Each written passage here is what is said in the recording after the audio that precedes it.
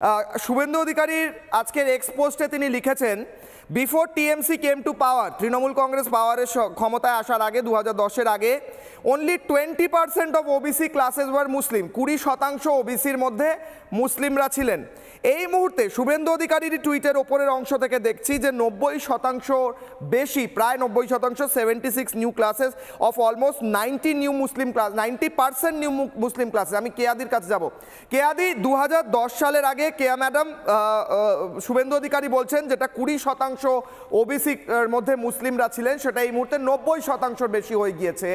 কিন্তু মমতা বন্দ্যোপাধ্যায় বলছেন, এবং বলতেই পারেন, আপনাকে আমি সেই প্রশ্নই করছি যে হ্যাঁ, এরা সত্যিই পিছিয়ে পড়া। অনির্বাণবাবু হয়তো একটু বলবেন যে হতে পারে কোন ধর্মের, আমরা তো ধর্ম দেখিনি, আমরা দেখেছি কে পিছিয়ে পড়েছে। এবার তারা যদি পিছিয়ে পড়ে থাকে, তারা যদি মুসলিম হয়ে থাকে, তাতে কি করা যেতে পারে বলুন ম্যাডাম।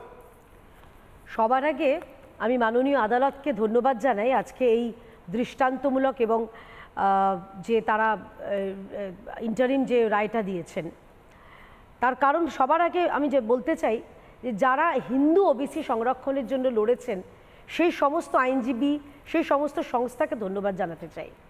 2011 সালে ভারতীয় জনতা পার্টির লিগাল সেলের অমল চন্দ্র দাস 2013-তে এই মামলায় যুক্ত হয়েছিলেন, আমাদেরই লিগাল সেলের আরেক দিদি পূরবী দাস, এবং পরের দিকে 2020-তে আত্মদ্বীপ সংগঠন ইত্যাদি যারা লড়েছেন তাদের ধন্যবাদ জানাতে চাই। ধন্যবাদ জানাতে চাই ভারতীয় জনতা পার্টি যাদেরকে দাঁড় করিয়েছিলেন, বাঁশুরি স্বরাজ থেকে শুরু করে অন্ধ্রপ্রদেশের এক্স এজি শ্রী সুব্রমণিয়াম সাইরাম, এদের প্রত্যেককে ধন্যবাদ জানাতে চাই।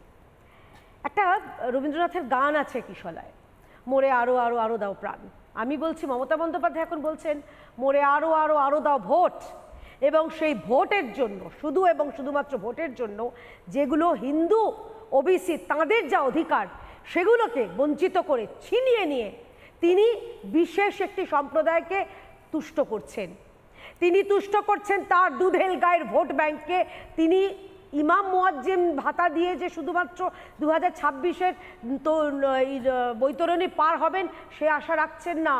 তাই যেন তেন প্রকারে তাকে ব্যাক ডোর থেকে, ফ্রন্ট ডোর থেকে, সাইড ডোর থেকে তাকে ভোট বাক্স তাকে সন্তুষ্ট করতে হবে।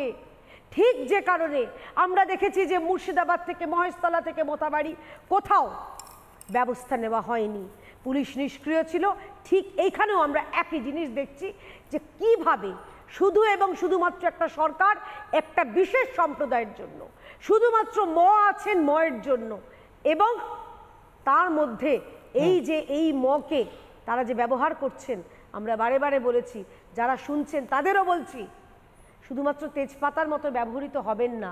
সঠিক সময় তেজপাতা যেরকম রান্না থেকে তুলে ফেলে দেওয়া হয়, আপনাদেরও এইরকমভাবে সরিয়ে দেওয়া হবে। তা নাহলে বলুন না, তৃণমূলের ক্যাবিনেটে কতজন সংখ্যালঘু রিপ্রেজেন্টেটিভ আছেন যারা বলেন ভারতীয় জনতা পার্টি, হ্যাঁ ভারতীয় জনতা পার্টি, ভারতীয় জনতা পার্টির কথা বাদ দিন, আপনারা নিজেদের কথাটা বলুন, আপনাদের এখানে কতজন আছেন?